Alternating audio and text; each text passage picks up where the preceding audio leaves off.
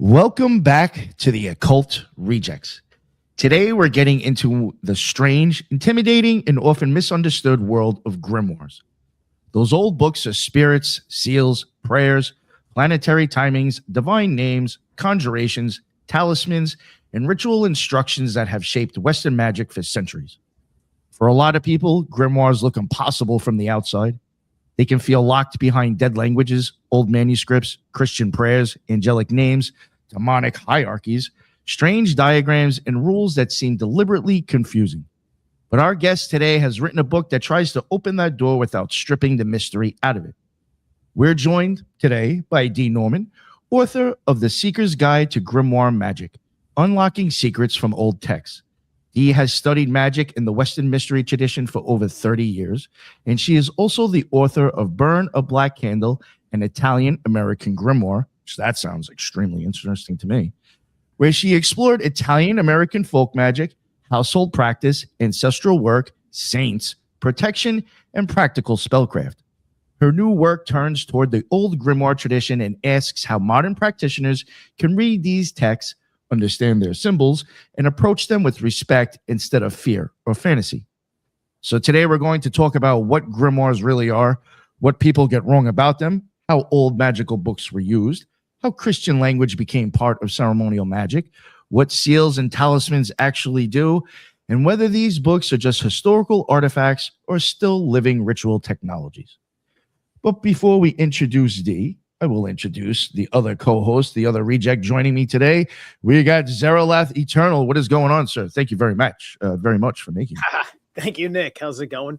Good to be back. Good to be here. Good to meet you, Delores. And I am on a journey of discovery, as I mentioned just before the live stream. I don't know any of the material will be flying blind, and it'll be a lot of fun learning what you have put into your works. Hello. Zeralath, you want to plug anything? Oh, yeah. Always try not to talk about myself too much. I got such a, an ego or something. Well, let's go. We'll make it for Zeralath Eternal on YouTube. I cover a variety of things, as there's a lot of my own personal vlogging that goes on with it, and me hitting off on either subjects of the occult nature of current events, or getting into the old ways of the Norse and other forms of ancestral practices and pagan magic and things of this nature, and the eternal war against evil that is a little bit different than what some people have heard. Gotcha. Very nice, Darla. Thank you very much. And now, finally, Dee, please let everybody know anything you'd like to promote, anything you'd like to plug.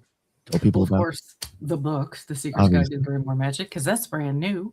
But I will also mention I am on TikTok as Liminal Reader, and I do lots of work with tarot and divination, as well as grimoires and magical work there on TikTok. And in addition to that, in July, if anybody's nearby, I'll be in Atlanta, Georgia for Mystic South. I'll be appearing there, giving a couple workshops and helping run their divination room. Nice. Maybe after the show, if you can send me some information about that. I mean, sure. It'll be, North Carolina now, might be relocating to South Carolina. So I'll be even closer, but that sounds interesting to check out. So yeah, please let me know about that.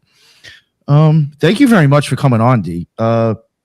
I don't even have to say, I would really like to probably get you on for that Italian stuff too one day. So. Oh, I love to talk about the Italian stuff. Yeah. When I saw that, I was like, I'm gonna have to get her on again. So hopefully, also half Italian. The you? Italian side are all there, so I also very interested. Nice. I didn't know you were Italian, Zarla. Yeah. I can't you tell by his name? Look at him. Well, the Zeralath moniker, as I've mentioned it before. I just don't talk about it all day because it's just the name that I use, because it's not my given name by my family registered with the state. Think so. But I took from ancient Etruscan to tap into like my Italian ancestry. So it is in the name. From Seri and Zilath, and I put the two together. Oh, okay. Seri, as I understood it, means an individual in the manner in which I'm using it, and Zilath means a cultural functionary, i.e., I'm a mystic. Don't call myself a shaman, but I do shamanic things. Nice. I like that. Cool. That's awesome. All right, so it is in the name. That's great. But yeah, D. First, same question I ask all the guests. What got you into this stuff? Birth. So it's giving birth or being born? Being born. Oh, okay. Yeah. So maybe you had some experience when you were giving birth. Maybe. I had a vision. No, my mother and grandmother were Italian American folk magic practitioners. So of course they didn't call it that because it was just the stuff they did to run their household. So from a folk magic perspective, I have been practicing magic, or at least living in a magical household since birth. And then when I was around 11 years old, I found a book on the occult, and it had pictures of tarot cards in it. And I was instantly locked in and fascinated. So I went to mom and grandma and said, I want these. And they kind of downplayed it a little bit. Little did I know that my grandmother was very excited that I was interested. And so that year on St. Nicholas night, St. Nicholas left me a tarot deck and a book on how to read tarot in my shoe. So in family lore, it's all St. Nicholas's fault. Because tarot then became my gateway to all kinds of concepts having to do with the Western mystery tradition, Western magic, and just general esotericism. And that was my launching point. My life would not have been the same without that first deck of cards. What set was it? Visconti? No, it was the JJ Swiss. So it was a Marseille style. Marseille style. Cool. And it was interesting my first introduction was unillustrated pips. So as a child, that was lots of memorization work, and discovering things like the Rider-Waite-Smith was an enlightening moment for me. And then the Crowley Harris Thoth deck, of course, just blew my mind when I was about 16. So. Oh, okay. Very, very cool. Did you learn the reading method? The first time I had ever seen it was when I was looking into some of the stuff about the Marseille, because I did a presentation on Jodorowsky's The Holy Mountain, which he leans on the Marseille deck. He does Marseille tarot practitioner, and I found him doing readings for university students, and I'd never seen somebody use the directional facing of the major arcana as the spread process. So if the king looks to the left, you want to draw your next card and put it next to what's the king looking at, or whichever way the king is facing, right? You know, and the story unfolds in that kind of a flow. Curious if that's what you do with the Marseille also, or is that something? No, you know, my interest in the directionality of tarot didn't really kick in until I started studying Lenormand, because Lenormand is heavily influenced by the directionality of the Lenormand cards as they lay. It doesn't necessarily dictate the order that the cards are laid out, but it heavily influences how the individual cards are interpreted. But no, now I'm going to try that method because that sounds fascinating. So that's something new to play around with. Yeah. I don't have a Marseille deck, so I haven't tested to see if the pictures all face the right way, to see if the logic works the same. Yeah. Cool. I'll have to check it out. I thought for some reason, I don't know why, I thought maybe the deck that I had was the Visconti deck, but I have those from Italy I got. I am in the process of doing some more research on using those for divination, the Scopa deck.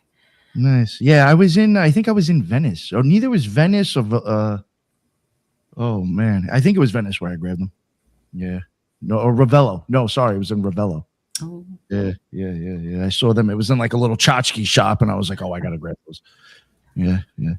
That's interesting. You mentioned Visconti's there a lot. Not to get off topic, but that made me think of, I don't know if any of you guys know who he is, Marco Visconti. Yeah, he's an occultist with a podcast. I had wondered if he pulled that last name from the Visconti deck because he's Italian. Who knows?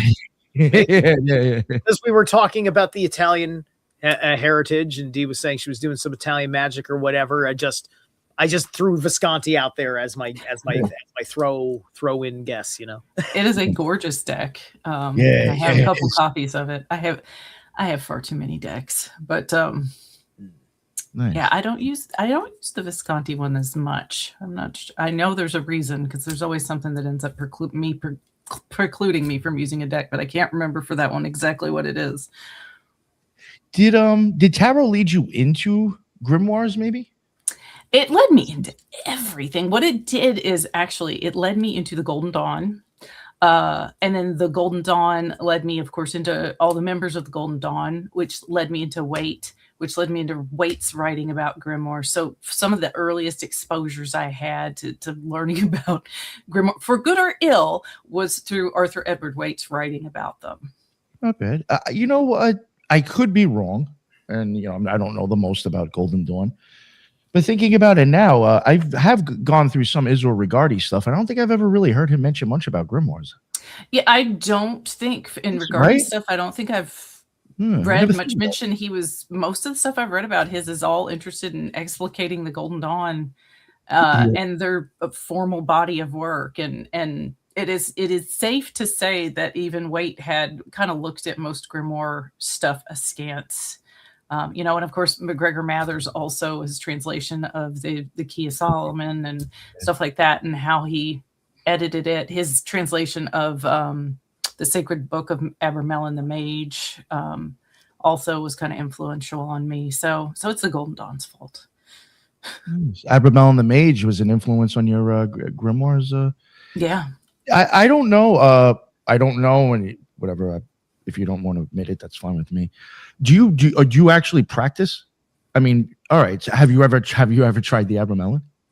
I have not. Oh, okay. I have not. I keep telling myself that one day I will dedicate the room in my house and strip it and clean it and drape it and get the clothes, everything. But no, I have not done that.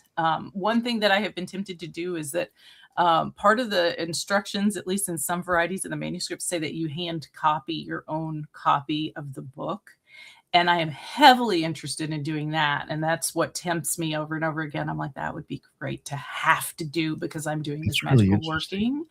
But I have not embarked on the Abramelin because that's a lot. That's a lot. Plus, according to the author of that text, I'm a woman and I'm not a virgin, so I'm not even worthy to start. Okay.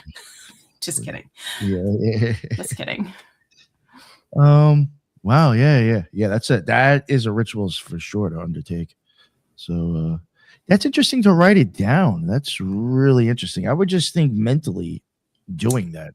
Yeah, the power of the hand copied text, that the practitioner themselves copy out the text and make their own pure, just for the purpose of the ritual intent, is a fascinating concept to me, and something that I think that it's just another, I think, way to concentrate energy, effort, and dedication while doing the work. But yeah, you start out by copying out a copy.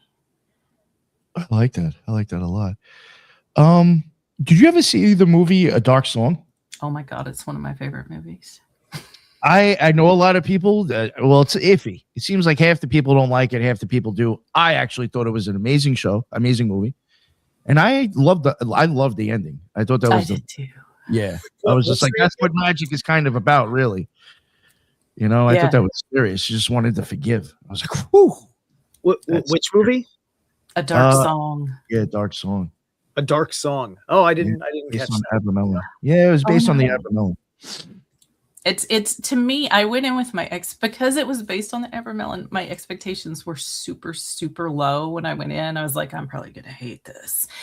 And I ended up absolutely loving it. It was really actually emotionally, it affected me emotionally to the point where I don't watch it very often. I just tell people to go watch it because it really kind of threw me for a loop. I watched it and then immediately watched it again twice in a row. I really enjoyed it. I think that for a theatrical release, it's probably one of the best depictions of like ritual magic, ceremonial magic that you can get on film.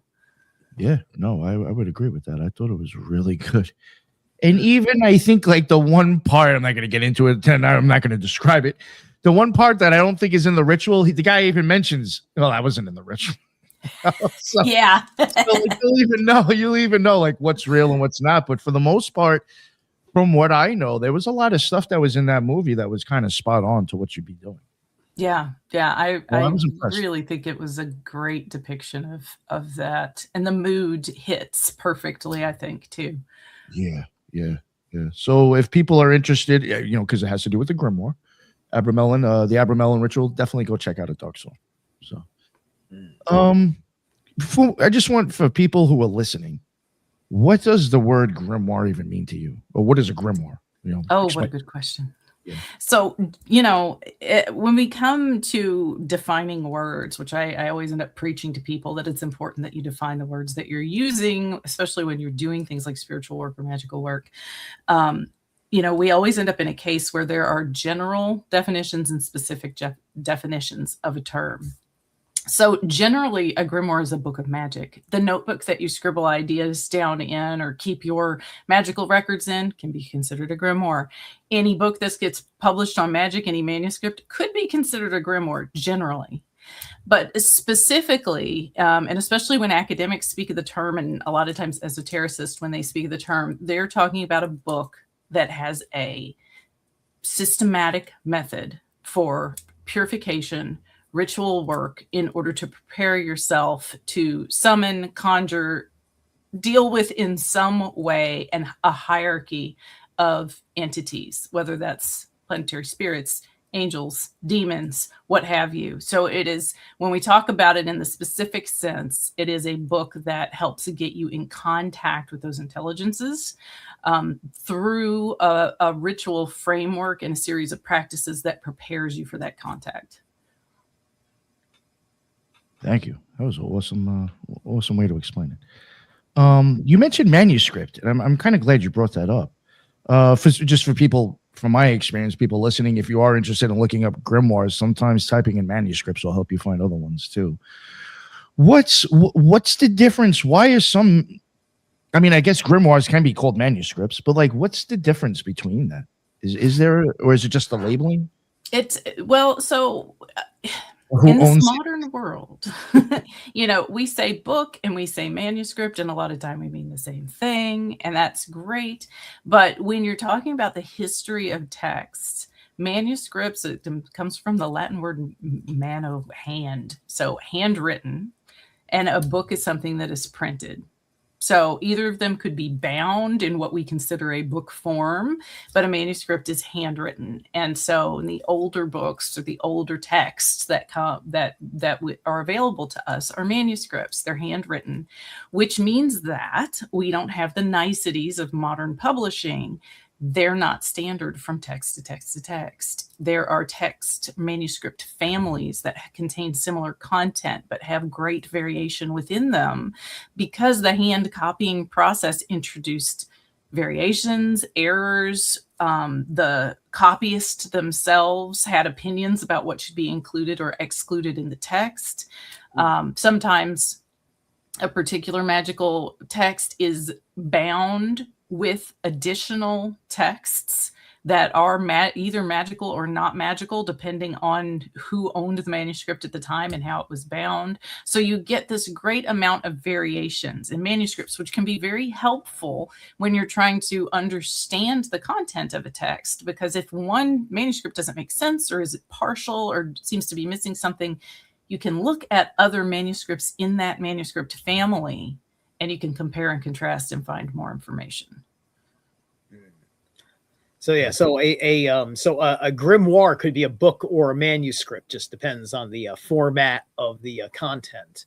Correct. Yeah. Gotcha. I get into a lot of the etymology of a thing, and I think even I think talking about the root word of grim was coming up when I was hanging out on another fellow podcaster on the Gray Pill podcast, and Saturday morning, right? Yeah. We were talking about Brothers Grimm and grimoires, and also Norse mythology, because of course one of the names for one of my many gods of Odin is Grimnir, right? And then there was speculation between us, and I hadn't gotten a chance to go into the dive.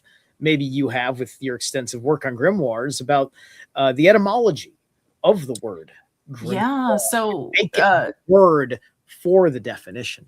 So when we talk about grimoire, the funny thing is that people aren't sure. There's a couple of major theories. The first is that it comes from grammary, which means a grammar, basically, and it's like just like we would consider a grammar book. So something that teaches us about words and vocabulary and how to put them together, and that's where it comes from. There's another theory that it comes from rimario, which is an Italian word that represents like rhyming, which I think is interesting. So there's original rappers. Yeah, those are two competing theories about where we get the word grimoire. But there's were you saying that second definition meant like grimy? Like rhyming, like in poetry, like rhyming. Oh, rhyming. Yeah, that's why I said rappers. Yeah, because yeah, exactly. See, that would actually be very interesting as to how grim. Because grim also has kind of like the connotation of being like dark, right? Yes. He's in a grim mood, right? And thus kind of understanding like, oh, then especially if he's coming as the psychopomp because you've died, son, right? But if we're also talking about rhyming, now we're talking about poetry, and now we're talking about Odin in his respects as the god, the primary god of poetry between him and Brag, and he's got the mead of poetry, which makes him that supreme god. So, and correct me if I'm wrong. That actually brings a lot of correlation together. Thank you. Correct me if I'm wrong, but Odin is not he hung from the world tree to bring us language, right? Yeah, you could say that his major power comes from his self-sacrifice to himself on the world tree to obtain the runes, which rune basically means whisper or secret.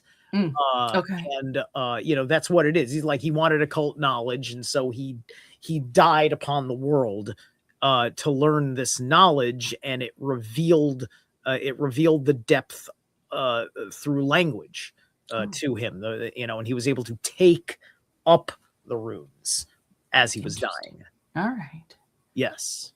That's cool. Well, then you make a book to make a grimoire out of the tree. Look at that. Yeah. Well, right. And we do call the pages of any manuscript or book a leaf. Yeah. Interesting. Yeah. Man, I was going to ask you something about the I totally forgot. Sorry. I was going to ask you something about with the grimoires and how when it comes to like I guess grimoires and manuscripts, you mentioned earlier. Do you think a lot of them are either incorrect or ciphered? Yes. Yes to everything. There are something earlier that made me think about how like I don't know if it was really Golden Dawn. I don't know, for some reason when you mentioned the Golden Dawn, it made me think about how I think there was a few people from there that were kind of big on claiming certain manuscripts or grimoires are completely off. Well, so, and it's interesting. Well, it depends on what's your definition of correct. Here we go with definitions again. What do you consider correct? Just real quick, it could be wrong because a person's even looking at it wrong. Right. So, I mean, it could be correct. You're just looking at it wrong. Yeah. My definition of incorrect is if it doesn't work. So if you do the magic and it doesn't work for you, then there's something wrong. Now, whether that's within the text, between you and the text, if the text isn't just your text, I really feel like, not to get too romantic about it, but that you find some texts if you go looking for them, and you'll find ones that are fascinating, and you'll find ones that are beautiful, but eventually you will find some that you get obsessed with, and that draw is the indication that text has something for you, and that it's time to go digging into that text in a deep, slow, methodical way. And sometimes you'll find it right away. Sometimes it'll be the entire text. Sometimes it'll be one image, one concept, one chart of information. But it's kind of this mystical approach. And there's chapters in my new book about reading as a spiritual and magical practice, not just as for information only. But I really do think that when it comes to correct, and if a text is correct, people for the longest times we're working with, we'll go back to the Abramelin text, the translation that Mathers did, that the squares, the magic squares that you use in the end mostly weren't filled out. They're half blank, most of them. And then when you look at some other German manuscripts of the text, you can find the fully filled out squares. So if you're using Mather's translation, because that's all you got, and it's working for you, and the squares are bringing about, affecting the change that you want in the world or in yourself, then is the text correct? Well, obviously it's doing something. So, I think it's, of course, authenticity is important. Accurate translation is incredibly important. I get all hung up in that because it fascinates me how we translate these ideas from some of these languages that we aren't familiar with today into modern language.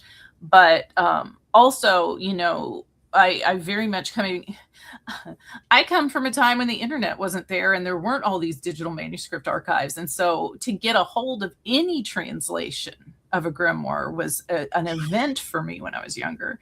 So you get the text you can get. And sometimes the translations suck. Sometimes they're partial and not complete, but you work with it, you explore, and I think there's enough of a channel there for the magic to get through to you if you are determined enough to work with the text. I like it. Something that I had came across, and I think it was a little bit of what I was going into with possibly being off or wrong, is that I think it was the manuscripts, and I think this is what was making me think about saying something earlier. It's just like supposedly it's a theory that maybe some of the handwritten ones may have been people that were kind of like writing something out to kind of scam a rich person. In some cases, yes. And some are well known to be so. Some of them, you look at the detail and elaborateness of it, and it's like, really? Like, wow. But also it's interesting to me, because here's where I go from a non-traditional aspect, where I'm like, well, if it's there as a complete system, who's to say it doesn't work until you try it?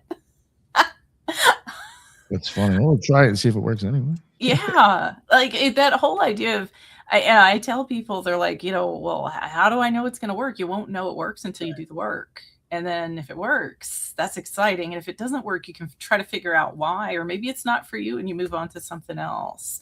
But I have this fascination because throughout esoteric history, there's the scammers that have been around since the dawn of time. I have this fascination with this, you'll go into, say, in New Orleans, there's a lot of touristy places that sell a lot of magic items, and some of them seem to be authentic and some of them seem to be just kind of junk. And it's the junkier ones that fascinate me. I'm like, if this has significance to me, if this has an emotional connection to me, if I get a spiritual connection with this thing, what's going to happen? Am I going to see, is something going to result? And that's the kind of curiosity that's kept me going in this field since I was a kid, is the what's going to happen question. That's what I'm like. I go to I like to, if I'm driving about, I'm just like, ooh, metaphysical shop. Or it's just like, oh, good, the Ren Fair is this weekend. I can afford that. And, and I'm hanging out and like, okay, who's LARPing? Who looks like they might have a little bit of a special sauce, or at least selling a good item, right? Yeah. It's just like I put two trinkets together for myself, right? That I bought at the Ren Fair, right? One's an Inmusil and the other is a Mjolnir. So I put them together with some copper wire to do the world tree, right? That's kind of like a bind runing of those two symbols, which, I intuited is just like, these belong together. Thor is the roots, Tyr is the canopy. It makes perfect sense to me, right? And there's correspondences to as above, so below that then goes into my work in my own magic circle as an art and a science. Like, I want to see, like, who's an artist who's got enough sense of the theory behind the magic. Like, do I see it? Is it in the forms? Is it following the logic? Right? Because it's got to be a little bit of the art. It's got to be a little bit of the science. And then there's experimentation, right? And there's experimentation. What works, what doesn't, what do feel right, what don't.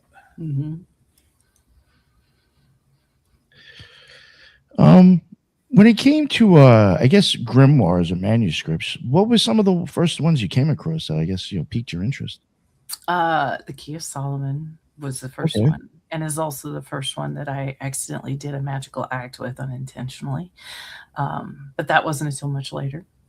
And the Abermelon was a huge one because hearing about it when reading about the practices of the Golden Dawn and stuff, I was fascinated with this book that I could not get my hands on. And then I got a Dover reprint classics copy of it when I was in high school, and I thought that I had cracked.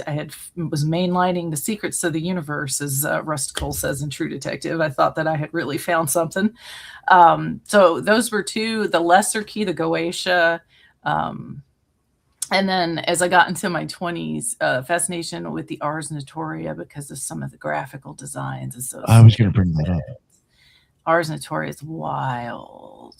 And you can find digital copies in manuscript archives, and you should look, because some is just the text, but others have these wild mnemonic pictures included with them. And those I got lost in. I'm almost positive on, for people listening, on occultresearchinstitute.org, which is the website. I went to the Beinecke Library and photographed that whole thing and actually held it in my hand.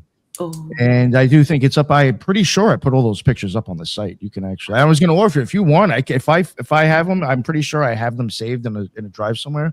I'll send them to you. Oh my God. Yeah, yes. yeah. 4K with the iPhone and everything. They look great. Bless. Hell yeah. I've always wanted to go there. I have never been.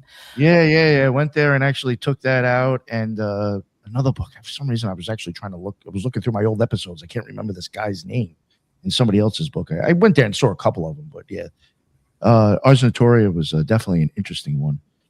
I was going to ask you about that because I guess we'll just get into it now. I was going to bring it up a little bit later because it's getting kind of specific with grimoires. Mm-hmm. But you have like the Ars Notoria, and then you also have I don't remember the name of the book or the name of the device, but then even I think it was Giordano Bruno. Yeah, he had something that he made to help with your memory. Yeah. So like these, I see a little bit, well, maybe they're not different as all the other ones, but like these are actually telling you that if you kind of meditate on the images, it's actually changing you. Yes. Is there any other ones besides that you could maybe tell us about if you know of? Well, there's a lot of different ones out there, and it's hard to specify. I'm trying to remember one, and of course I'm going to blank because I'm on the spot. But there is one grimoire that is, the structure of it is based like a memory palace. The pages mirror each other from the center outward, and I have to look it up because that one just threw me for a loop the first time I ran across it. The idea of the actual structure of the pages, like, so when you open to the center, it's one set of images, but then the corresponding pages as you page forward and backward also match with each other, and so it's almost like a stack of images on top of each other rather than it being paginated. And I have to find it because of course I'm still talking about it, but I cannot remember the name. But the thing is, I think that, well, and first of all, anything in it probably doesn't fall into the category of grimoire, but the images in Kunrath's work. So the Amphitheater of Eternal Wisdom. Again, that's who I was looking up. I said I was looking through old episodes to see if I could find the guy. It was Heinrich Kunrath's book that I held in my hand too. They had 2 copies at Beinecke Library, and I photographed them all and realized that the images in the book were not matching the same pages. It was almost like the Ninth Gate type stuff. Yeah, I could even show you where like one book might have this emblem and the other book, that page, not that emblem. It's a different one. So the emblems are not even in the same order in the 2 books that I looked at. I saw just recently, I was in Amityville, New York, to do an event with Amityville Apothecary. And a friend of mine got me into the print room at the Met, and I got to pick 12 artworks to view that they brought in for us for private viewing. And I asked for Amphitheater of Divine or Eternal Wisdom because they had it, and they had 3 other Coonroths that they brought with them for me to see. And I basically got there and got all teary-eyed about all of them and made a scene in the print room. But no photography allowed in the print room, so I didn't get to take any pictures of any of the works. I was looking at drawers. I was looking at old tarot decks. I was looking at a book that was like one of the first or second books on fortune telling ever published. All kinds of crazy stuff. The Coonroth was the thing that I spent the most time with because I never thought I'd see a print of it in person. Yeah. I had the Amphitheater. They had. I wonder if you want to had. I highly doubt you probably touched the one from the Beinecke unless they let it out. There's only these were 5 or 7 of them. 4 loose pages. Oh, okay. All right. Because I was going to say there's only so many of them around still. Yeah. So I think there's like maybe 5 or 7. So I was going to say that was 3 close to New York. But yeah, you said it was only pages. Yeah. So Are you from New York? No, I am from Louisville, Kentucky. Now my mom's from Jersey, but I grew up on Long Island, and I wasn't too far from Amityville anyway. Myself, I had Dana on, right? Yeah. I had her on the show too. Yeah. I was there for their Alchemy Academy weekend. They invited me, and I got to present. Oh, nice. There. Was Ike Baker there? I was in Kentucky a few years ago, Lebanon area, because I have a history doing alt radio going back to like 2012, and so Revolution Radio, for people that had heard of it, that's where I had cut my chops doing this kind of stuff, and so we had a party for everybody that was involved with this with the station, and I drove down there with some friends and put on a little live show while enjoying the barbecue and all that stuff. So yeah, Kentucky's got some good people on the down low. We're a weird little state. You would never suspect. You gave us Mitch McConnell and Rand Paul. I do not understand. But we gave you Hunter S. Thompson. We gave you Hunter S. Thompson. That has to count for something. That's right. And Hunter S. Thompson. And we'll pretend that we don't have the dirt on Hunter because Hunter is cool at face value. Oh my. Is there scandal afoot? It's funny. I mean, there's a lot of adrenochrome in Fear and Loathing. Yeah. So in the occult community, he's looked at as a cool guy, and then in the conspiracy community, people shit all over him. Really? So it depends on. Oh yeah, it depends on. I've got rabbit holes to go down. Right. Going into the conspiracy community from the occult community can be like a whole other world. Well, I dabbled for the longest time. No, I did not dabble. I was down in it for a while, but it's been a few years because there's only so far you can go. Then I have to take a break. I'm a mom. I run a household, and I'm like, I gotta like pull myself back a little bit sometimes. And the conspiracy stuff can take me to another planet. You'll be pumping out conspiracy books. You got to give people grace. Like I've been in the game long enough, looking at it, and I'm just like, people need grace for what they don't know, right? Especially because you can go way like in the sayings where I learned my stuff. It's just like we don't chase rabbits down holes. We are ascending holy mountains. I see. Oh, that's a better way to put it, I think. Another good example to bring this up. I thought it was funny, but at the time I was like, oh no, I can't believe this is happening. I had a girl on, she was just for graveyards. She covers, that's her thing. She does ghost hunting. Actually, no, that's her main thing. She does ghost hunting, but she wrote a book on graveyards and gravestones and symbolism. And she's like, again, she's in the paranormal community. She's not really in the occult community. I had her come on because I actually think that stuff's cool and interesting. And she's not in the conspiracy community. Like, she's on her own thing in paranormal. And somehow she brought up like the West Memphis 3. And I was like, oh. So now some people in the occult community, no problem with that whole situation. They love the guy. They love everybody, whatever. Blah, blah, blah. You go over into the conspiracy community. Oh, man. Fucking they shit all over that whole situation. On Damien Eccles? Oh, yeah, man. Yeah. I could have had him on my show, and I'm being straight up 100% honest, not even lying.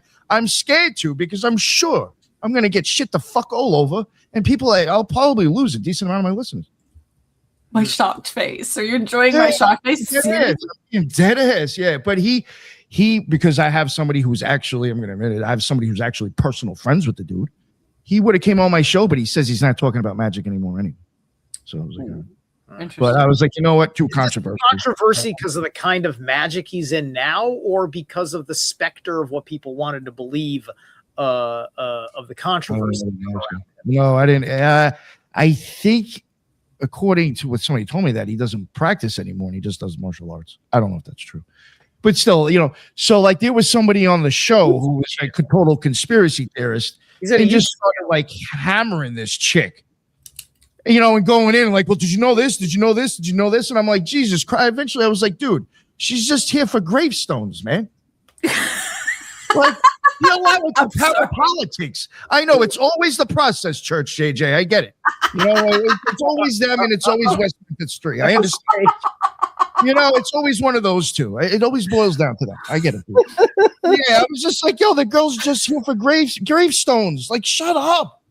Like she's like sitting there like a deer in headlights. Like, what the fuck is coming out of this dude's mouth? You can tell she was just like, yo, I'm being attacked over the West Memphis 3. I'm here to talk about a book on graveyards. Oh no. Yeah. When I was early in as a conspiracy person back in Rev Radio, I was far crazier on things as well, and I was on my hook and bait. I may have been accused of being that rude too. So I understand where JJ's coming from, because he's bit on that hook and he's doing good work in that hook. But yeah, you gotta read the room. Read the room. What? No, I'm just maybe a dabbler. I'm just like, ooh, gemstone files. Ooh, Montauk project. Set 3 next time, man. Yeah. It's not that close to Charlie Kirk. We promise. I want you to do whole shows on these topics now, because I want to hear people debate them and talk about them. And I don't want to be on them. I just want to watch them. I got into the occult because I wanted to fight the forces of evil that were using the occult against me. So I said, like, what does all this mean? What's it That's about? kind of what I'm I not did. going to sit there and pray for protection. I want to fight it myself, because I'm a delusional badass fighting a war against evil against me all on my own. Right. And that got me a lot into it. I'm very interested in battle magic and healing magic, because, I might get hurt in a battle. So that's got a lot to do with what I do. Right. And so I got personal ways that I feel about things, different relationships with different kinds of people. And, it's why, I had a really good exchange with you the other day about the Jordan Maxwell thing, right? Because I've been doing this for so long. I had been a friend of Jordan Maxwell, and it hurt to know that he could act so rude to you, right? And so I'm flabbergasted. I just have to own my bias, because I was part of a conspiracy in the war, and for me, Jordan Maxwell was like compatriot, and They hear that he asked me for $500 to come on the show, kind of like I don't know where that came from, because I was just like, Jordan, this guy's fucking cool. Jordan, what are you doing? Like, that's if Jordan was living, and if I had known that happened, then I'd known you, I would have saved that situation. Thank you. But anyway, I'm very passionate about these things. It's That's just part of how I grew up. I was on this way earlier for my age than everybody else. You know, I'm sitting there. I'm 32 years old in 2012, and I'm the only guy my fucking age that gives a fuck about all the conspiracies and the occult behind it. That's why I'm here. It's a very small community, actually. That is one thing I don't think a lot of people realize, even the occult and the conspiracy communities. Like, I think this is a thing I think sometimes we need to remember in our heads, too. Sometimes there'll be these ideas that only exist amongst just like 2% of the population that knows this shit. And they think like the whole other world knows about it as well. It's like, no, you're the only people that believe this shit and are triggered the fuck out. You can't even leave your room. Like, well, just chill out. Like, the thing that gets me from a conspiracy standpoint is, okay, so I lived through the first satanic panic because I'm old. And now I'm living through whatever this is, which is very similar to a satanic panic. I'm calling it Satanic Panic 2.0. And I'm like, you know, people are like, you don't understand. They're everywhere. They've infiltrated society, these terrible cultists, these Satan worshipers. I'm like, do you know how few of us there are? Like, we don't even have we can't organize ourselves. Like, and there's so many different factions and different belief systems and this small group and that small group. And you think we're running the world? You think we're running the U.S.? Like, come on. Yo, half of us got into this shit because we can't even run our own lives. We're gonna perfect ourselves first. Yeah, we're trying to make it a little bit better. We're trying to run everybody else's. Right. I can't even get my own shit together. Yeah, it's a whole secret family bloodline cult thing. And then they mask that in a little religion where they have like a cool inner court that you're not allowed to play in. And you get to be a second-class citizen in their God-appointed universe. And, you know, that doesn't apply to everybody else on the street. Yeah. Oh, one thing I did want to ask you about, you mentioned the Key of Solomon. Yeah. I think a lot of people... Like, would you consider the Goetia part of the Key of Solomon? They're kissing cousins. They're closely related. Could you explain like what would be considered part of the Key of Solomon? Well, it depends on where you look, and it depends on what manuscript. So it's a whole manuscript family that is called the Solomonic family. Go ahead. I've seen someone recently actually trying to, I think, disregard like the whole Key of Solomon. Oh, I could be wrong. You know who Angela Puka is? Dr. Angela Puka? Oh, yeah. I think she came out with something recently saying it's not what, I don't know, whatever. Something's incorrect about it.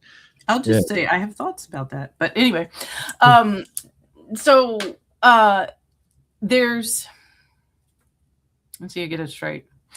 There's the Solomonic texts, and then there's the Goetic texts. The Goetic texts come from another body of manuscripts that are closely related to the Solomonic ones. I think the earliest version we have, and this is where it's the I did the research. The info's in my book. Is it still in my head? Might be the 1400s. And the earliest version of I think what we consider the Key of Solomon today, we have, I think, in Latin, but not in Hebrew, which is interesting.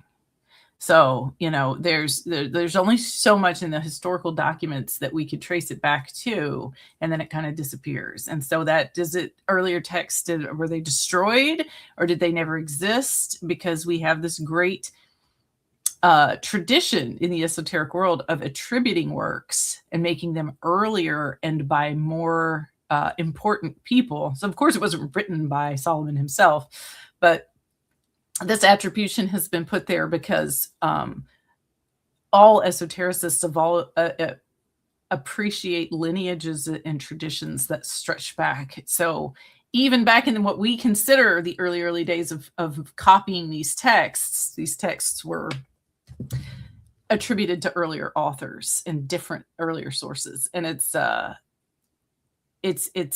when you're tracing the history of a particular manuscript, eventually you hit a brick wall, and that's either because it is the very first one or one of the very first ones, or because the earlier copies got destroyed or haven't been discovered yet, because there's a whole bunch of stuff sitting in libraries that hasn't been cataloged that, you know, texts are being discovered daily.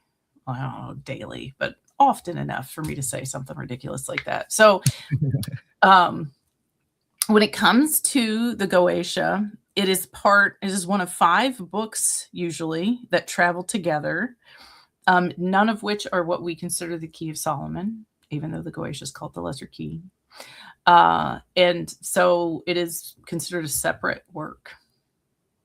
And I don't know. I went so far afield in that answer. I don't even know if I've answered your question. No, you kind of did. Yes. The Goetia isn't. Yeah, that's the lesser keys, and yeah, it's the other books are actually to deal with. I know one of them are to deal with angel invocation, isn't it? Like I think that's basically what I wanted my listeners to hear, that the Goetia isn't just kind of like, it's a book part of a series. Yeah, it's a set of 5 major chapters or sections, and I am persisting going and getting Rankin's Grimoire Encyclopedia, which is an amazing work because it outlines all of that for all different kinds of grimoires, and that was one of the major sources that I used to get my historical facts straight when I was writing the Seeker's Guide. I'm trying to get him back on actually again too for the grimoires. I had him on I took advantage and like I had him on and like I took advantage, I guess, of the show, and I didn't have him on for something he did like too recent. I had him on because his planetary magic and elemental magic books were like staples for me. So like I had him come on to kind of talk about those so I could like, relive my magical youth.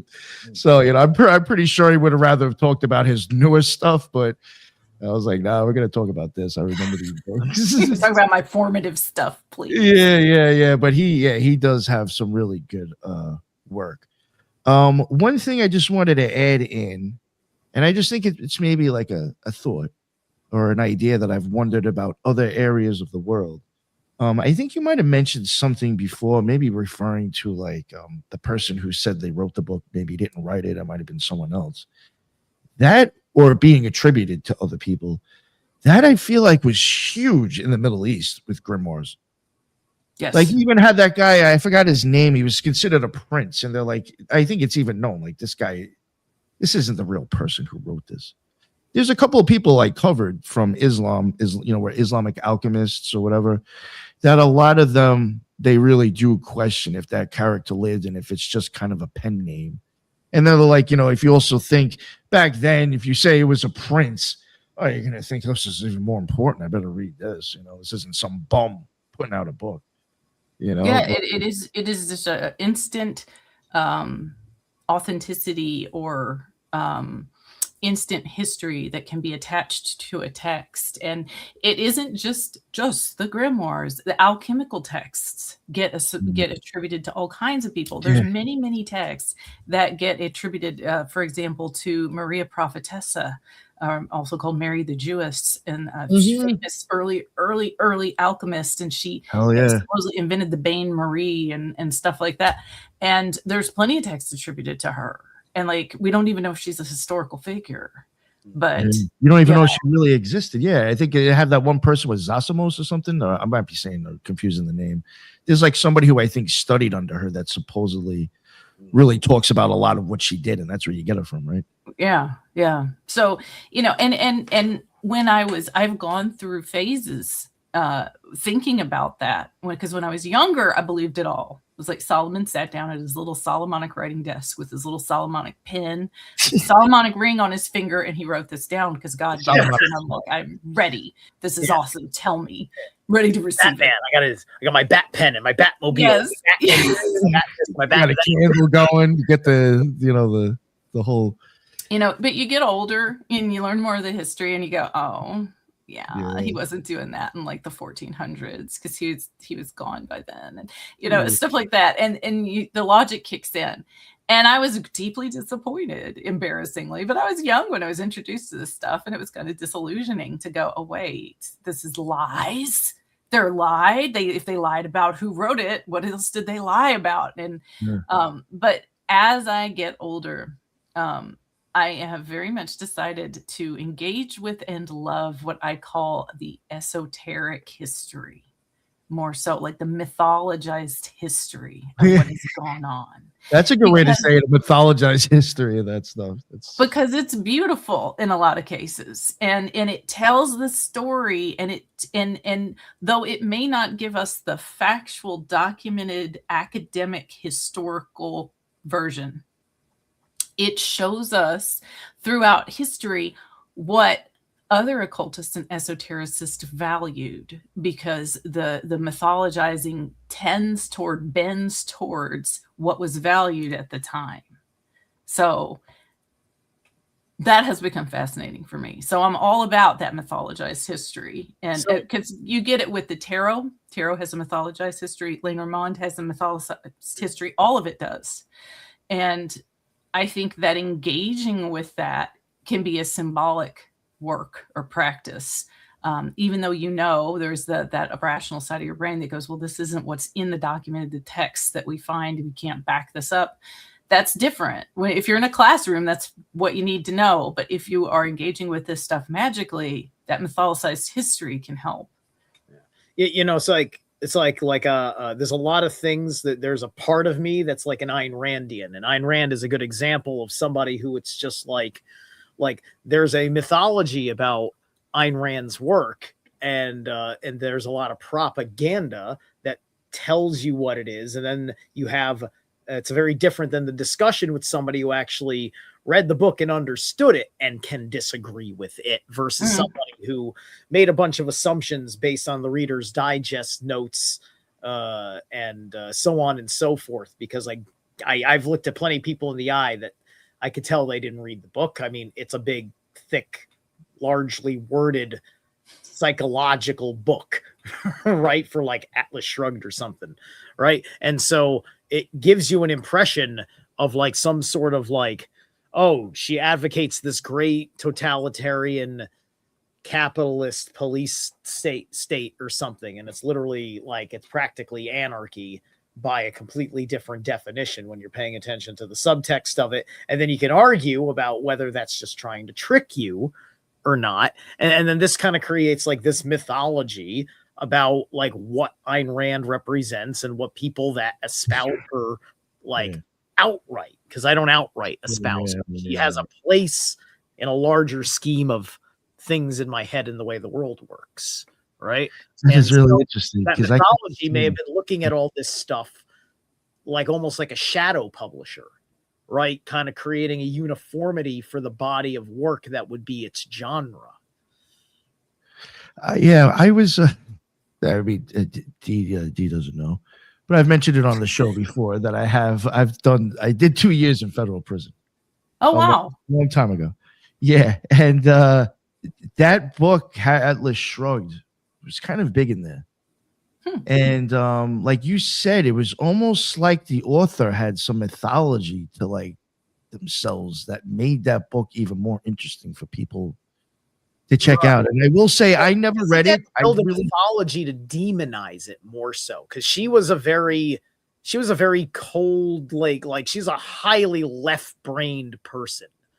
Ayn Rand, right? She's all logic, rational thinking, appeal to memory, which is because she's got a man's psychology in many respects, and is part of her understanding and her argument for men, which is also in there in a time where there was a shadow agenda to move men in the opposite direction, without telling people they were doing that until more recently, as the plan had finally kind of tipped culture a certain way. Gotcha. Yeah, I was just going to say, even just real quick, I don't want to talk about this too much and just move on, but even with, just to make a point for you, I will say there was a lot of people that had negative connotations or ideas about this book. And then eventually, like, you'd see someone be like, dude, you got to read it. You got to read it. You got to read it. And that person would end up reading the whole thing and like have a total different idea of what they thought. It's better to start with the Fountainhead. So, I mean, I don't disagree. That's what it really focuses on the individual. But anyway. Yeah, I've never read it, so I don't know what the hell I'm even talking about. I'm just going by, like, for some reason, I remember that book because, like you said, there was like such a story or something attached to it that people talked about besides the book. And I was like, you can talk about the mythology of the Knights Templar. If you've read any books, any of their grimoires, right? Because they had misplaced accusations of like sodomy because they found a Baphomet and they misunderstood what their relationship with it was, and it was idolatry, and that was good enough for the magistrates or something, right? So that's a mythology too, right? That was used to demonize people. That's a very good point. Oh, I was going to ask you something else, Dee. Now I totally forgot. She's all stuck on the federal prison now. Well, I'm sorry. I'm stuck on Ayn Rand or Ayn Rand. I never say her name right. Right. Anyway, one thing that I was going to say that I think that, I was talking about that difference between that mythologized story and the actual story. And I think part of the thing that helped shape me was that the first experienced practitioner of ritual magic that I got to talk to in my past, Chris, if you're out there, he was an atheist and did not believe in God unless he was in the magical circle. He had compartmentalized to the point where he operated completely as an atheist unless he was engaged actively in ritual. And I think I kind of took that as a role model a little bit for my compartmentalization. It's not that extreme, but when it comes to looking at history, I often think about Chris and the way that he was able to separate those two things, still engage in magic and really feel it, really put his all into it while he was doing it. And then when he stepped out of the circle, he considered himself an atheist. And I think that had an impression on me. I'm just realizing that. Dog, it's going. Oh my God, I'm so sorry. I don't even hear it anymore. No, it's been going for a minute now. Hold on. That's actually a good point. I will say, and I do think that does tend to happen sometimes. That I think maybe the person with the message, or sometimes I think people like get too attached to the story or the mythology or a character besides the actual work. And I think sometimes that can screw shit up. That's just my opinion. Like even some people, again, I'm even from the OTO. I'm an ex-OTO member. Some people I think put Crowley too high up on a pedestal. Yeah, I would have to agree with that. Yeah, and it's just also was involved in the OTO. Yeah. And I think I've even seen at least twice in his own works. He's like, "Don't put me on a pedestal. I'm not the guy." So, well, I think like they become like the name that gets the conversation going.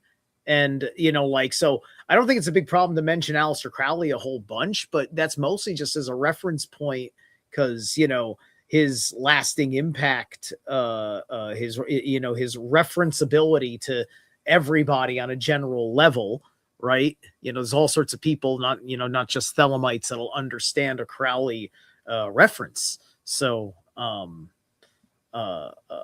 it's the name opens up a conversation, and Thank you. One thing, all right, for people who might, who know these, know of grimoires, and again, I had mentioned I myself, I've never really gotten too much into them to begin with. I'm looking at these things. I don't know how to read them. I'm just, if anything, I normally tend to go for the ones that have a lot of images in them. So at least I can look for the occult symbolism. Like I was real big with Michael Meyer, his emblem books, stuff like that. Yeah. So for people who might be intimidated by these books, what would be the best way for you to say to start to try to approach them? And I just unmuted, and hopefully the dog will stay quiet. Make sure I'm unmuted. It's getting lower. And nobody's home, so I can't make them corral the dogs. It's great. Okay. I'm happy. Anywho, I would say that if you really want to embark in this and you have had no exposure to what actual grimoires look like, the first thing to do is to hit a digital archive. Like the Wellcome Collection, or there's the Bibliothèque Nationale in France, and any one of those. Getty has in our digital archives, they have a ton. The Bernanke Library, there's a ton. So to go and to do the browsing, to look and see what grabs your attention, Is it the images? Is it the text? The Theomagia is written in English, and it's a fascinating, it's a massive grimoire, and I absolutely love it. And so is it the text? Is it the images? Is it the charts? What's grabbing your attention? And it may be nothing at first. It may just be really cool to flip through and look. Is it the marginalia? Because you'll find handwritten notes in the margins and little sketches and diagrams that are drawn by people who have used the text over the course of the years. And just see what pulls you in first, because there are grimoires that are very text heavy that people swear I'm going to be down a dog. It's not going over your voice. We hear you clearly. That's good, but I really wish you didn't have to hear Jack. He has opinions too, but I'm sure it's hard for you to think, though. So I my sympathy. There's books that are text heavy or texts that are text heavy, and that may not do anything for you. And then you may hit something like the Ars Notoria that's all mostly graphics, and it'll blow your mind. Hell, we don't even know what the Voynich manuscript really is. Go check out the Voynich manuscript if you like images and imagery, or Kunrath, and you'll get lost in those images, and you might have a spiritual magical experience with them without engaging in a formal practice, which there's large parts of my book that's about just sampling, basically ransacking our magical history and using pieces of it that you feel connected to. Yeah, I hate to say it. I didn't know the Voynich was at Beinecke until I had moved out of New York. Oh, ouch. Yeah. Yeah, I had been there I don't know how many times and could have taken it out and had zero clue it was there. Oh, man. Yeah. One thing I will say, a while, and this had to be over a year ago, because there was somebody else who was on the show, and they were going to get their PhD in something, so they had like access to papers and stuff, academic stuff. There is people that are working on that are pretty sure they've already cracked it. I follow that, and I know whole pages have been translated, but yeah, supposedly I think it's like some indigenous language. Ooh. Yeah, and I was like, oh, ain't that kind of like surprise some people? That's very cool. Yeah. And like the person who was on the show, they were going to try to get as much as they could from like that stuff, and we were going to try to cover it, but we never did because they're not on anymore. But I don't want to cover it and steal their thunder because it wasn't my fun. But yeah. No, supposedly from what I heard, it might be getting decoded, and it's an indigenous language. Be cool. I got a question. Outside of the of the very well known books that you've that we all know that you've done, the Solomonic, the Enochian, and things like that. How much do you come across things that are in the angel and demon invocation, conjuration family of works versus things that maybe just more about energy or anything that's not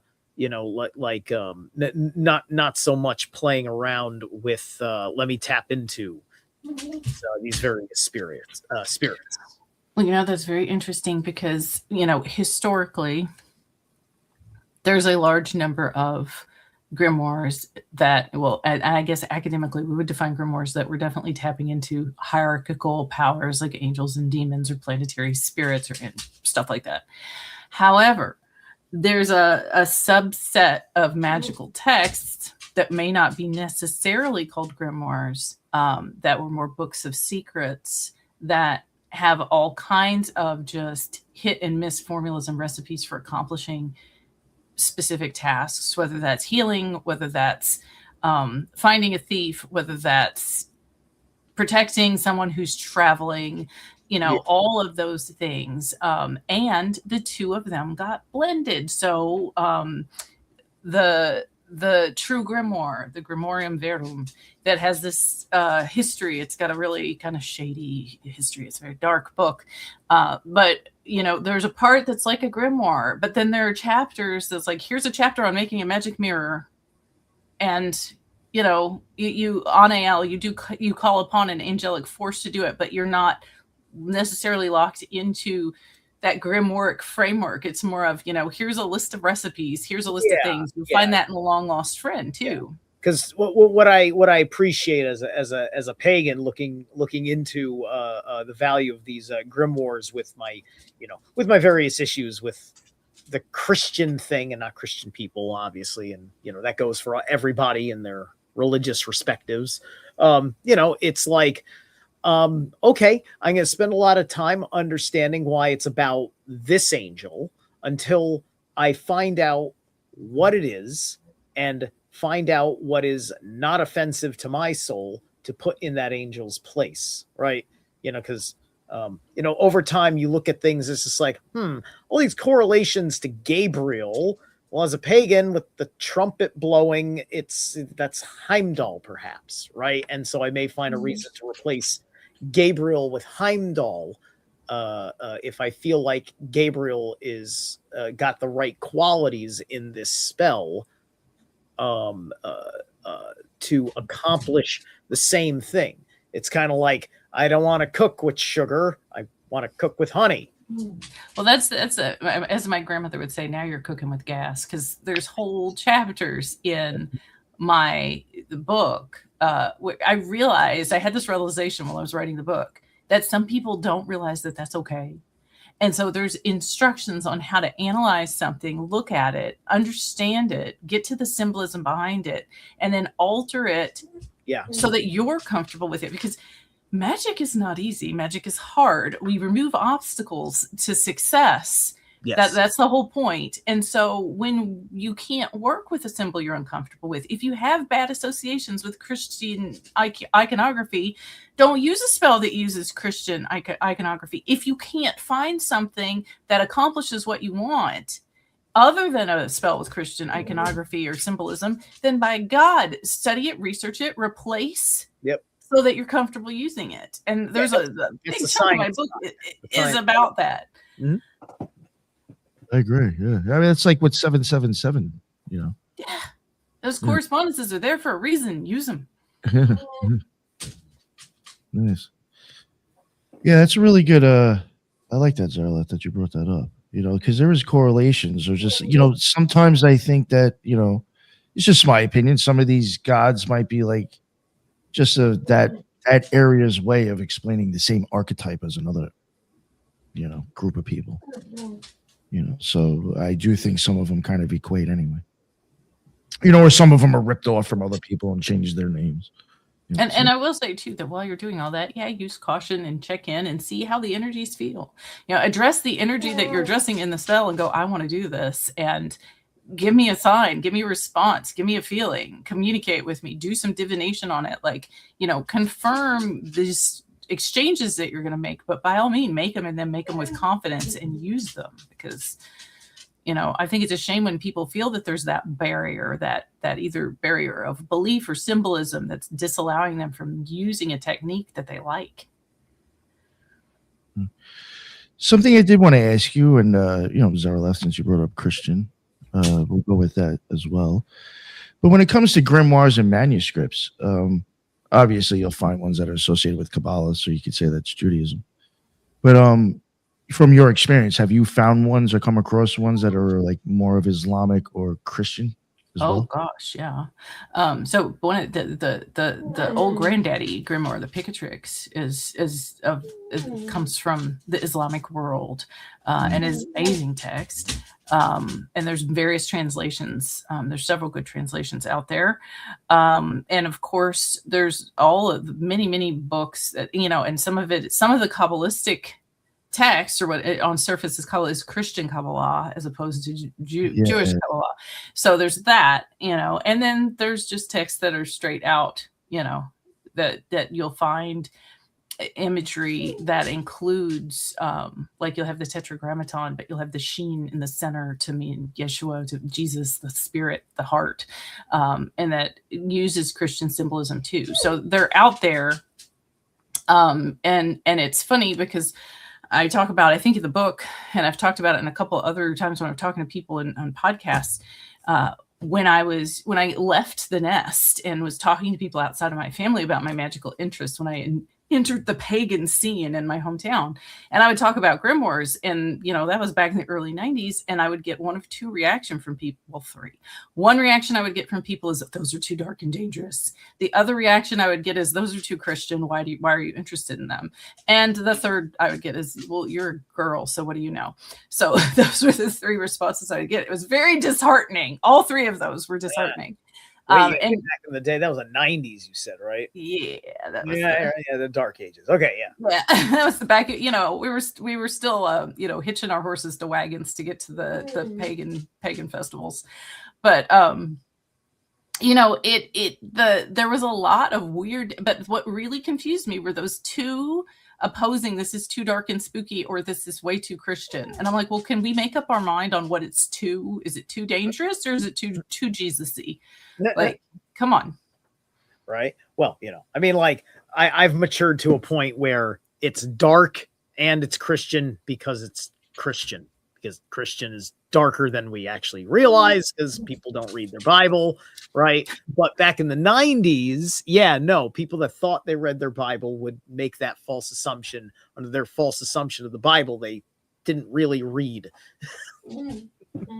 Well, I'll be totally honest with you. I kind of even brought that up with the Christianity, and maybe if you even go into that a little bit more, because I just don't think I've even recently myself on this show covered a lot of history about Christianity, because I don't think most Christians even know it. That's just my opinion, because I think it's a little bit more occult than they'd like to believe it is. Yes. Oh, yeah. I have like one of my with grimoires and Christian stuff. So go ahead. That I like to talk about, but I have a dog demanding to be let out, and this is so embarrassing. But if you guys give me 1 second to let this damn dog yeah. Sorry. Observe the glory that is my backdrop. Okay. Right. This isn't CNN. We're not worried about how horrid it is to walk away from the thing for personal. Like, we're all living human lives. Mm-hmm. Oh yeah, I mean, honestly, because there's multiple people on the show, half the time, I mean, you'll see sometimes. I mean, myself, if I have to go to the bathroom, I just shut off the camera and turn off the mic because there's other people here. Yeah, and you'll see other people get it. I asked my first question this live stream, and you walked away. I noticed that. I had to shut off. I think what the problem was, the air conditioner. Some reason they put a new air conditioner in here. Yeah, and ever since they did, I don't know what it is with this fan, man. I can't put it on when I podcast, so you literally will hear it. I'm like, what the fuck? Like, you won't hear my air conditioner, but I can't raise my volume any louder without getting mic feedback because earphones annoy me. So I leave it off because I can't hear you over the speakers. The air conditioner is too loud. The vent is like all the way at that wall. Like, I should not be hearing it inside this microphone. Like, Jesus Christ. Yeah, it's serious. Yeah, that's why I had to shut it off, because I was like, I can't have this in the background. It drive me nuts. But with the Christian, I guess what I was getting at is there is a lot of, I guess, I don't know what you want to call it, Christian mysticism or Christian grimoires. I mean, from what I understand. There is an excellent book called Magic in the Cloister. That is an academic work that talks about the monastery libraries that contained books on magic, and not just contained books on magic, but they included from communities that they were obviously practicing Christian magic in the monastic communities at the time that the libraries existed. So that is one of my favorite things to think about because it indicates that anytime you look at an older manuscript, and you'll see sometimes that the instructions, not the prayers, but the instructions are written in red. And that is straight from the Latin texts that describe the Catholic Mass. The red is the rubric, it's the instruction. The black is the prayers that are spoken aloud. And so anytime you see that red and black, that's a direct transmission or influence from the Catholic Church in any grimoire. So at least the person copying the grimoire at the time was at least strongly influenced enough to write the rubric or the instruction in red. I've seen that in ones at the Beinecke Library. I took pictures of that, and I just didn't understand what was the difference of switching from red to black sometimes. Yeah, it's Oh, that's it's pretty the cool. to highlight what is the actual spoken versus what is the physical action or the thing that is performed. Is that in the Ars Notoria? Yes, at least the copies that I have seen. That might have been one I had. Yeah. Oh, so that one even does have like kind of a Catholic background Yeah, to well, it. they because I mean we're talking most of the grimoires that we look at come out of Europe and in Middle Ages and the Renaissance, and so the prevailing influence there, the major influence was the Catholic Church at the Yeah. time, and so that's where we get a lot of these concepts about um, still about what can be found in a grimoire. Are they good? Are they bad? And in a lot of cases, the church was saying, well, that's Christian, but it's heretical, which was even worse than it just being straight out demonic because they really didn't like heresy.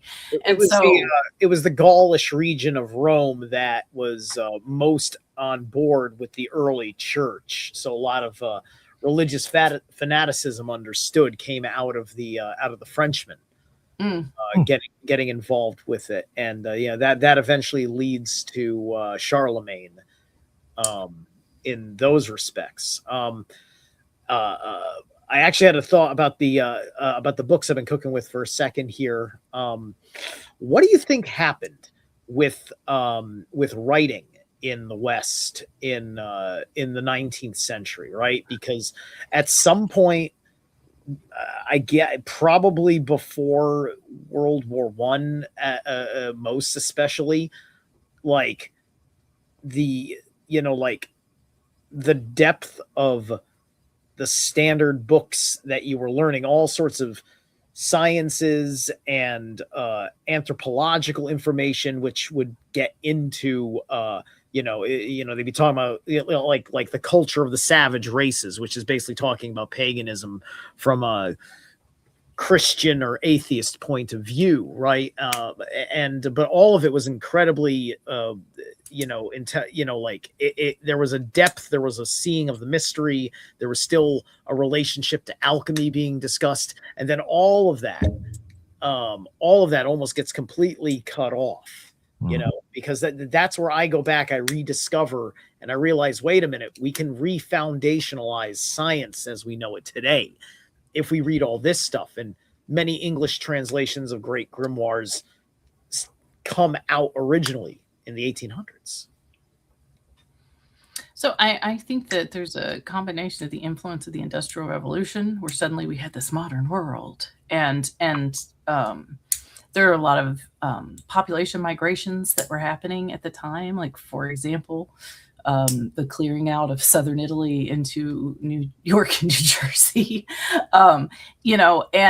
and there is this thing that I have experienced that's well documented, but that I also experienced within my family is you want the best for the next generation. You want the next generation to assimilate. You leave all that old-fashioned stuff behind. And I think there's that 1-2 punch of modernization and industrialization, and then the allowing movement of populations, and then the movements of the populations resulting in people saying, we're leaving the old stuff, we're leaving the old world behind, we're moving into this modern era, and we're not taking that junk with us anymore. And I think that that's reflected in the writing of the time too. Like, it was a zeitgeist that was pervasive throughout all of the culture.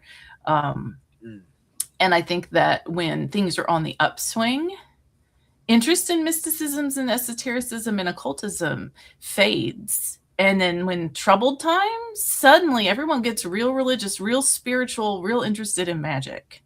And it was both astounding and amusing, like, to watch during 2020 I've never seen tarot be that popular in my entire life, and I've been practicing reading tarot since like 1980 something, and to see how everybody knew what tarot was all of a sudden, even people you wouldn't expect, and because it was a very stressful time for people, they wanted the reassurance of some kind of spiritual practice.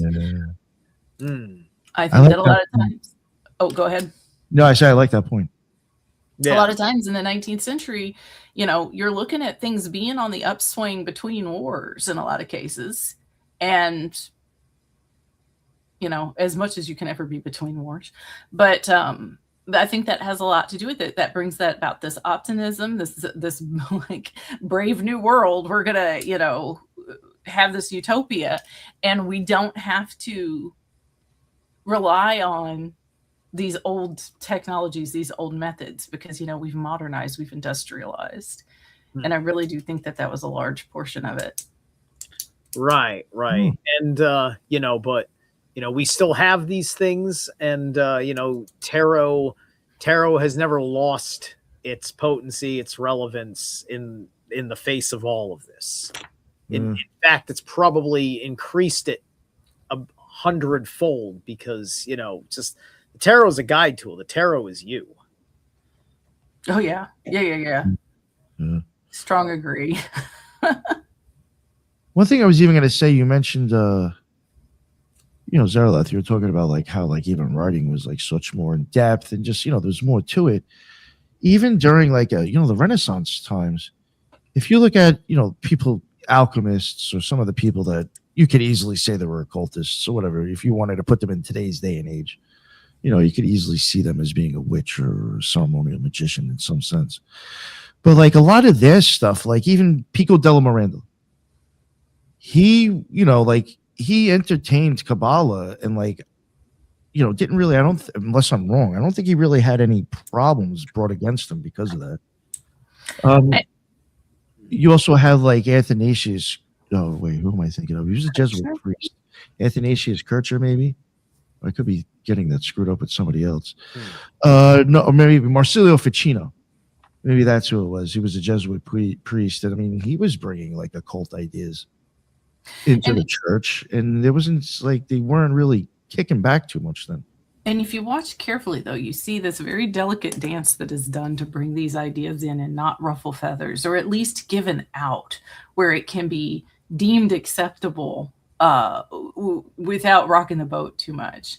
Because, Mirandola is amazing, and he's, translated, and I think gave us the first translation of Kabbalistic ideas. But it kind of brought forward like, well, the Jews say, and they say this, but here's the things that they got wrong. They don't understand their own understanding, their own thing. But we as Christians can interpret this and understand it in a way that is spin it and sell it. Oh God! Which looking at some of the other things Mirandela wrote, like the Oration on the Dignity of Man. Oh yeah. You go, how could he possibly have said that? How could he have done the Jews that way? Like, how could he have been so horrible? But I think it was more of an expediency thing. Not that I am defending it, but it was a way to have that information get popularized without pissing off the church. So there's a real delicate little do-si-do, I think, that was done during those times, to bring some of those ideas forward and make them more palatable so that they could be expounded upon or expressed publicly. There was also, I mean, like by the turn of the century, because it's understood, people have seen like that, the black and white, this famous black and white movies, or at least one movie that was a big Hollywood production, like there was a Babylon romancizing that was going on around the time, right? You're talking about there's the rise of Zionism, because there's Zionism, the money in Zionism, because eventually state of Israel wants to be established. So probably there's a lot of people that are hearing about Kabbalah. It's a Jewish thing, and they're not necessarily like, they're not necessarily religiously devout. I mean, religions are sitting there looking at the rise of Marxism, atheism, and they have to deal with the fact that there's only so much you can do to stop that, right? Just walking away from the belief of God, and now you got to deal with non-believers, and now you got to deal with people that are practicing sinful magic, and people that are just outright debaucherists, and the church is becoming a minority value, or at least it's only a plurality value that's consolidated power at cultural center points. But there's a great deal growing in this world that is looking at it, and it's just like, what do you got against the Jews? Let them have their Kabbalah. And I think that is what was going on, because, you know, before the Holocaust, there's plenty of people that just like the Jews because they met good Jewish people, period. That's a good point.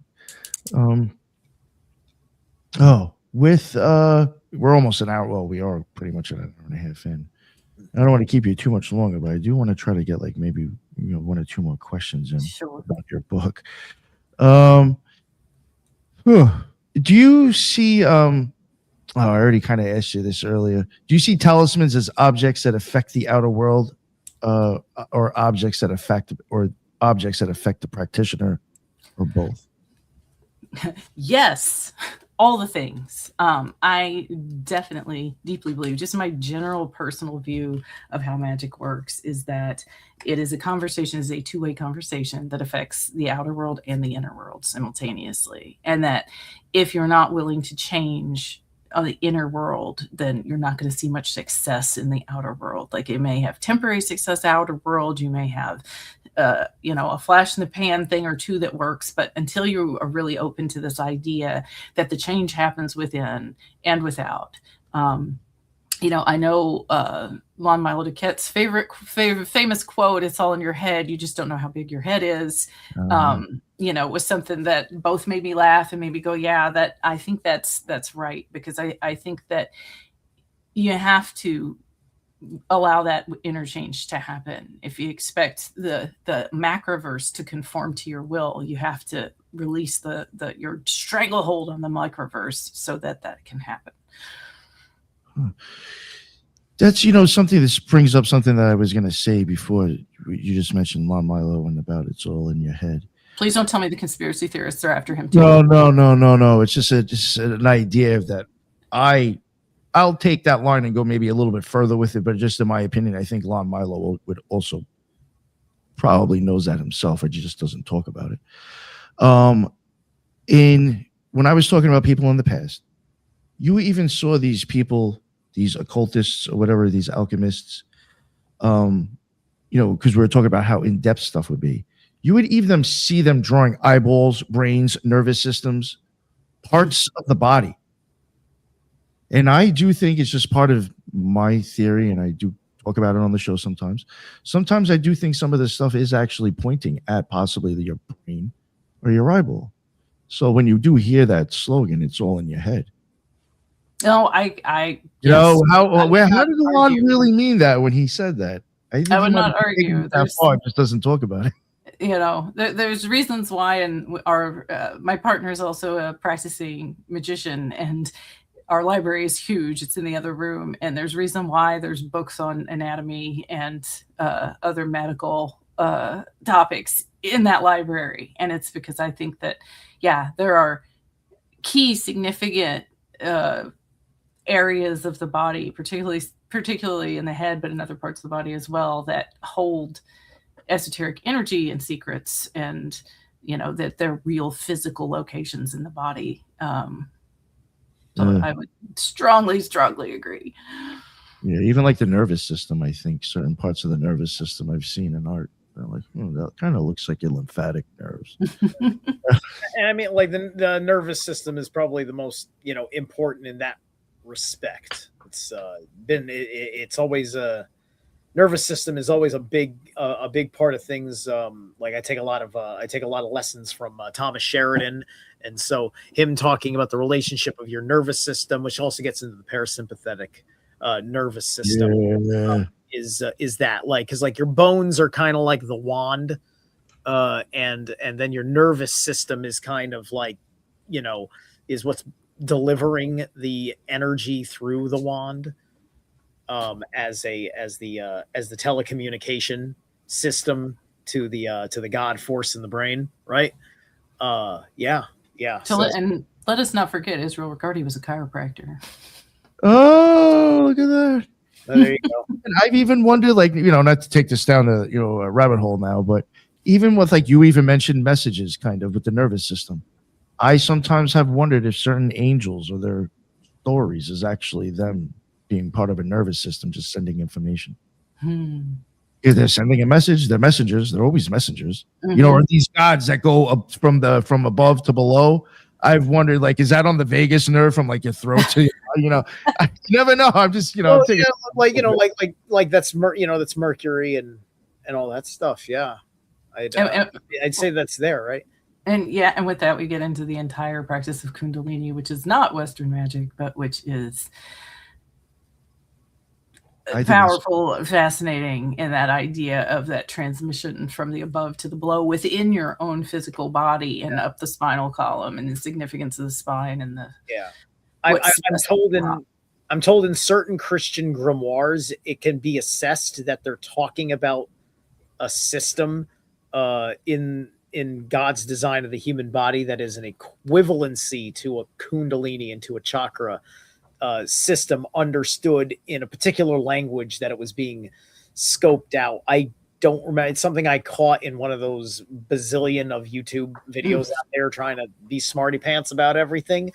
Have you come across a work that sounds like it's the Christianized version of chakras? I am not surprised. There's so much crossover. There's so much crossover. My partner is much more into Eastern stuff than I am, and he keeps coming to me and he's like, and another thing, and I'm like, okay, you've convinced me.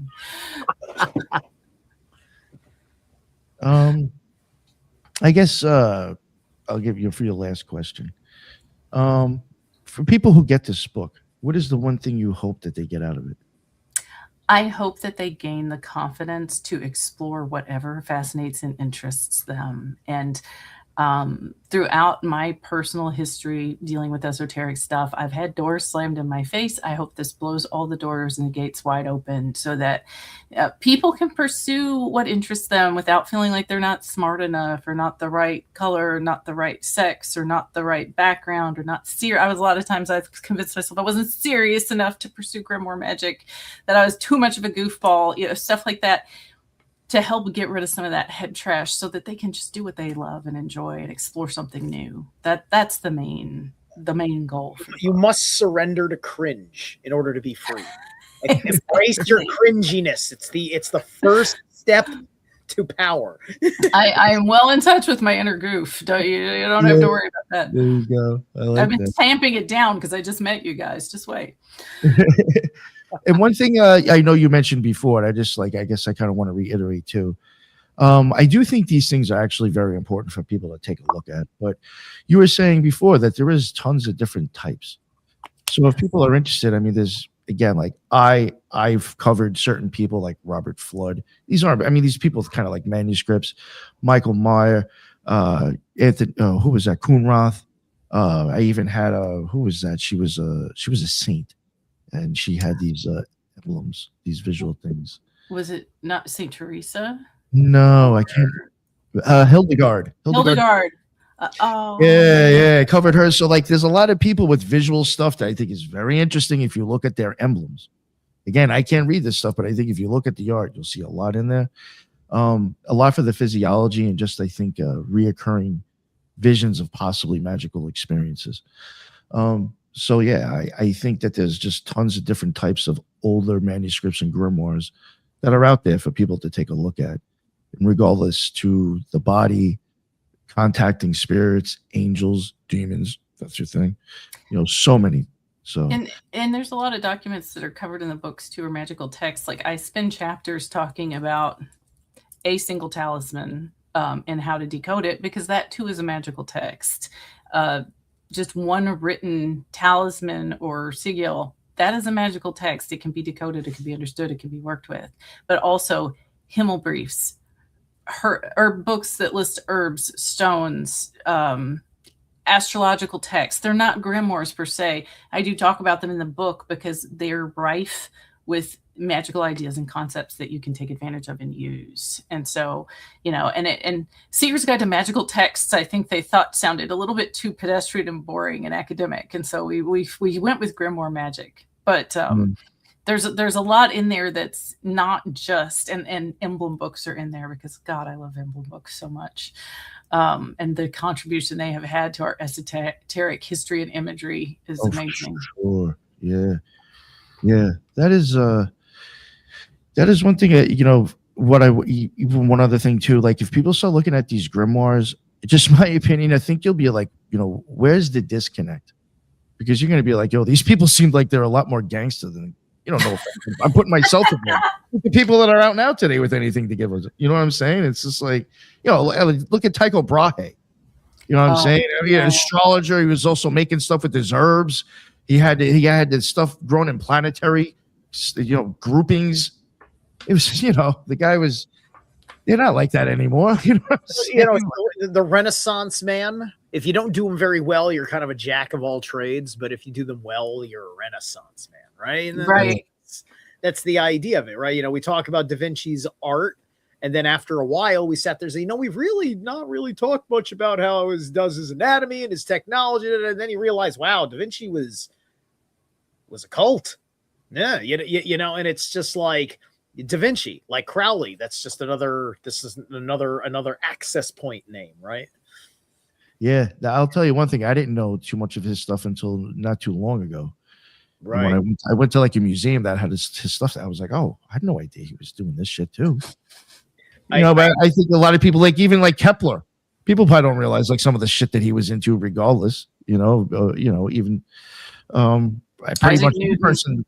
Yeah, yes, I couldn't remember his name, so I went with Kepler instead. But yeah, that guy, he has more writings on probably occult ideas than he did on alchemy. Man, he was all about alchemy. And we just kind of forget that in the history books and in modern education. We don't talk about the alchemical interest of Isaac Newton. Yeah, but I think like even every single person that has given us like this law to go by about what outer space is, they've all been alchemists as well. I think that in order to encompass big ideas and dream big, you have to have that flexibility of mind and spirit that at least makes you interested in some of these spiritual topics. In that intellectual curiosity, I think, carries over into all aspects of somebody's life. Yep. And I guess, tonight, keep on taking it around the world. Long story short, if you look at these grimoires, these older things, you'll see a lot more polymaths, I guess you'd consider them then. And I think there's a plethora of information. You might be surprised what people 300 or 400 years ago were talking about compared to now. And you might think maybe it's a little bit deeper than it actually seems to be. So thank you very much, Dee, for coming on. That was a blast. Definitely want to get you on again for the Italian stuff. Oh, heck yeah. Yeah, this was a lot of fun. I'm really glad we finally made it happen. And Zaralath, thank you so much as well. Dee, before we let you plug everything, Zaralath, let everybody know where they can find your stuff.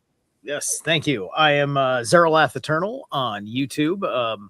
If you want to tolerate me butchering my guitar, you can go to Zaralath Shreds on YouTube and keep an eye out for releases that I will from time to time drop a scratch track. I do tarot and rune readings with Stein Fox on the Greyhorn Pagans podcast. That's every Sunday. We're doing that live now.